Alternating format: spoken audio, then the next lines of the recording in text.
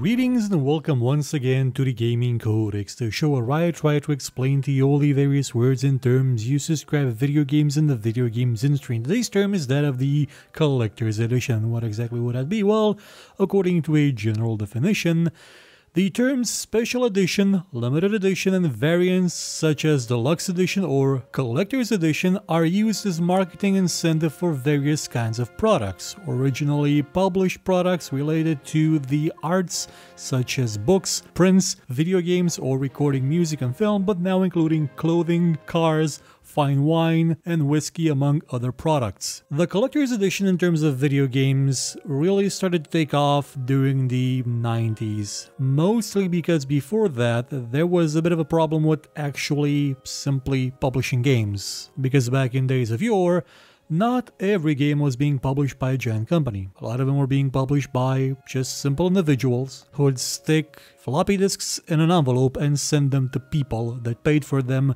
through the mail. But when those people did start their own companies and had the financial backing necessary, they began creating versions of video games that came with a lot more stuff than just, let's say, a manual. They came with feelies, as they would be called at one point in time. Things that you would have in the box which would be there for you to keep, to collect, to hang on your wall, to even wear sometimes. And yet this was not a collector's edition, this was a normal edition of pretty much every Ultima game or any Wing Commander game. Most of the Origin games did that, a lot of other games did the same. There was a golden era for feelies, for that I guess you could say, since some of them may have not been of superb quality. But you weren't paying extra for them, they were in the game's box. You didn't have to shell out a whole bunch of money extra to get them. But at one point the stores decided, you know what, these games, they take a whole lot of space. I mean a lot of space. Just look at how compact CDs are. We can fit so many of them on a shelf. So make the boxes smaller, okay? And because the video games industry had no leverage, they did that. So every case now is quite small, but there was still the need, I would say, the attraction, the allure of a box that contains some stuff. And it wasn't just from the publishers, the developers that would want to have a more decked out version of the game, but from the stores as well, because they still would have wanted like a couple of editions that are more flamboyant, that attract more attention, that get people into stores and have them be trampling each other to get one. And so we got limited editions, collector's editions, editions of video games that come with a lot of extra stuff. In some cases that stuff comes in the form of, let's say, a book,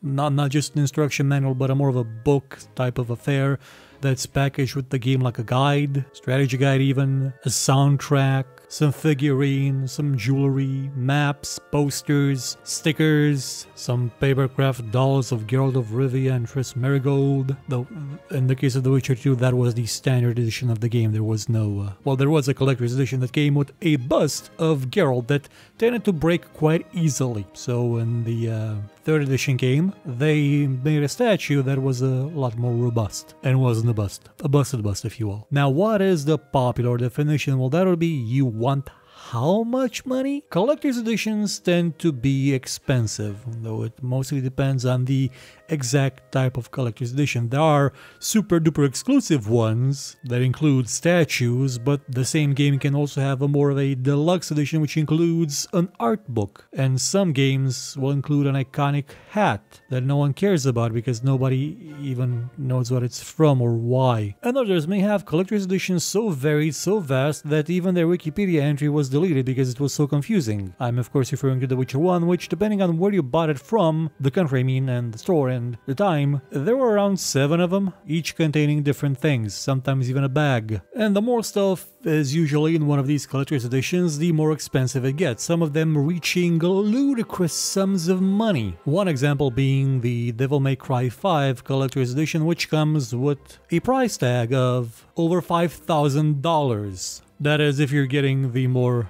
budget-oriented one, because there's also an edition that costs around $8,000, which includes Dante's jacket. Now, does the price actually make sense? Is the added component, the game box, valuable enough to justify that?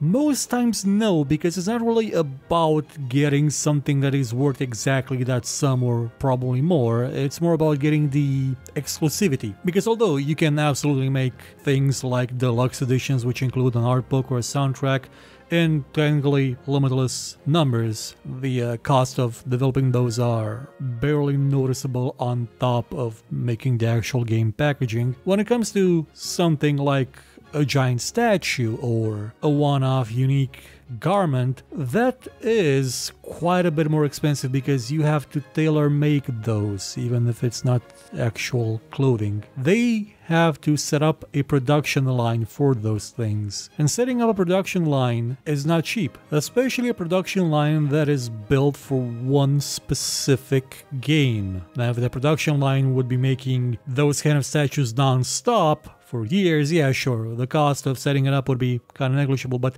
nobody's gonna keep buying the $400, $500 version of a game just for the statue. So production runs tend to be quite limited, and it's because of that limitation that people will often pay quite a lot extra for the exclusivity, for the knowledge that they do have indeed number 5 out of 300. Now, what is the marketing definition of collector's editions? Well, that would be you really let us sell this stuff without the game being in there. The hottest new trend in terms of video game marketing and different super duper confusing editions is that collector's editions that tend to cost a lot of money, hundreds, thousands of dollars even, will not even come with the game. It gets to the point where the cost of the collector's edition itself so far outweighs that of the actual game that publishers consider it as a separate product, something that an owner of the game will get separately from the game. Now, it may sound a bit ludicrous, especially since we are talking about things that will sometimes go into the thousands of dollars. Then you would think that for that kind of money it would come with 3 games, not just the 1 copy or the no copy. But